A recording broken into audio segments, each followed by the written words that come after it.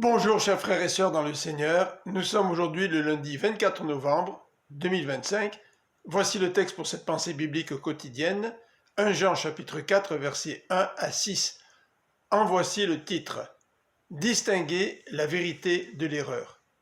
Ne soyons pas naïfs. Le monde est rempli de faux prophètes qui sont animés par des esprits de mensonges influencés par l'Antichrist. Ne les croyons pas, testons-les. Faisons preuve de discernement. Bien des sectes égarent leurs adeptes. Il est donc crucial de savoir s'il s'agit de l'Esprit de Dieu. De quelle manière? En appliquant le test suivant.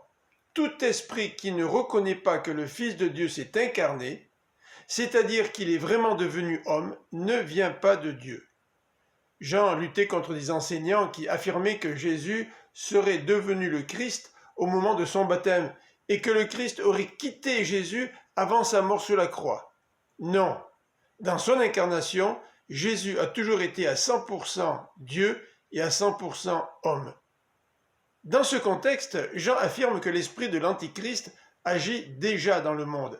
Cependant, il nous rappelle que les croyants ont déjà la victoire sur ces prophètes de mensonges, car les chrétiens ont la capacité d'identifier ce qui vient de Dieu et ce qui vient de l'esprit du mal.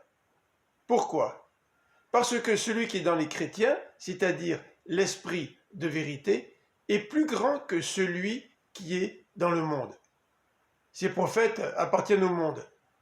Ils ont le langage du monde et le monde les écoute. Mais les croyants appartiennent à Dieu et écoutent les apôtres.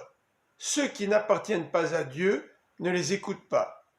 Voilà qui peuvent distinguer l'esprit de vérité et celui de l'erreur. Je vous souhaite une bonne fin de journée, que le Seigneur vous bénisse. À demain.